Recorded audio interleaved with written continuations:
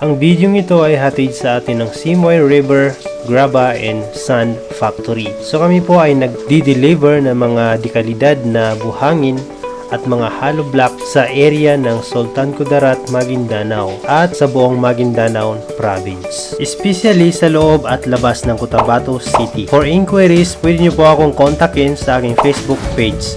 Lalagay ko na lang po yung link dyan sa baba sa description. Kanina, after ko mag-edit ng aking mga videos dito sa Wondershare Filmora 9, gusto ko na siyang i-export pero nag-update yung Filmora at nagkaroon siya ng watermark. So, in this video, ituturo ko sa inyo kung paano maalis yung watermark ng inyong Filmora 9 ng free. And let's get started.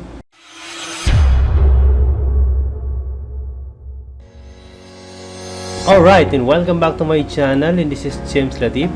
At kung bago ka sa channel na to, please consider to subscribe. At kagaya nga na nasabi ko kanina, ituturo ko sa inyo ngayon kung paano mawawala yung watermark ng inyong Filmora 9. Okay, so pupunta tayo ngayon dito sa ating Filmora. So para makita nyo na kailangan nyo ng watermark, maglalagay tayo ng clip. Ayan, so ito yung in-edit ko kanina. Ayan. And try natin i-click itong export. Ayan, so ito yung mangyayari. So, yan, kailangan mong magbayad ng plan na medyo mahal. So, meron itong free pero meron siyang watermark.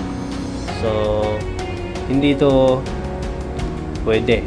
Kasi may sira yung video natin. Magkakaroon siya ng watermark. So, ngayon i-close natin muna ito. Ayan.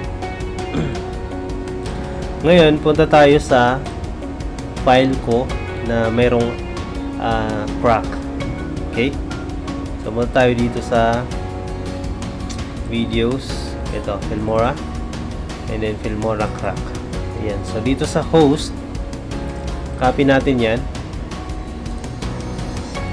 And then, punta tayo sa file ng ating PC. Punta tayo sa PC. And then punta tayo sa Windows. Tapos hanapin natin yung System 32. Ayan. Tapos punta tayo sa saan na yan? Drivers. Ito. Tapos sa etc or etc. I'm not sure kung ano ibig sabihin ng etc na yan. Ayan, tapos i-paste natin dito yung host para mapalitan yung host dito. Okay? So, paste natin. Replace.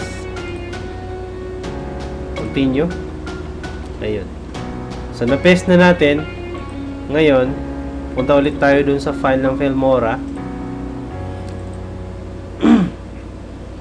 Click natin tong Filmora crack. Ayan. And meron tayo ditong mga email. Ayan. So, kukuha lang tayo dito ng email. Copy natin. Copy. And then, bubuksan natin yung ating Filmora.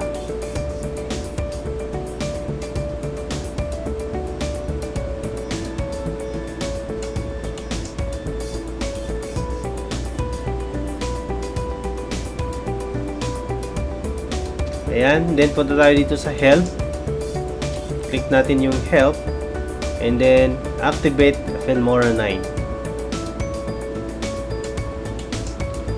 You're signed in, Wondershare. If you have purchased, if you have license code, please click here. Click natin ito. And then, paste natin yung ayan. And then, i-paste natin yung ayan. Copy natin. And then, i-paste natin dito. And then, click natin, activate. Wondershare Filmora has been registered. So, mamaya, pag mag-i-export na tayo, mawawala na yung payment. Okay? So, add tayo ng clip ulit. Open. Ayan. and then click natin yung export. Ayan, so wala nang babayaran. So pwede na natin siyang i-export. Okay, so kung gusto niyo makuha yung copy ko ng Filmora or yung registration natin, registration code, pwede nyo akong kontakin sa aking Facebook page at para ipadala ko sa inyo itong crack ng Filmora 9. Okay? So kahit mag-update pa man yan, yung Filmora 9 ninyo ng mga latest version, ay makakrack nyo po kahit latest version pa po yan. Okay? So I hope nakatulong sa inyo ang video ito. Medyo maiksi lang ang video ito, at least nagkaroon kayo ng konting idea. And kung gusto niyo makakuha ng copy, follow nyo yung aking Facebook page. Ilalagay ko lang dyan sa description, and try to contact us. Okay? So again, this is JamesLatip, and welcome to my channel.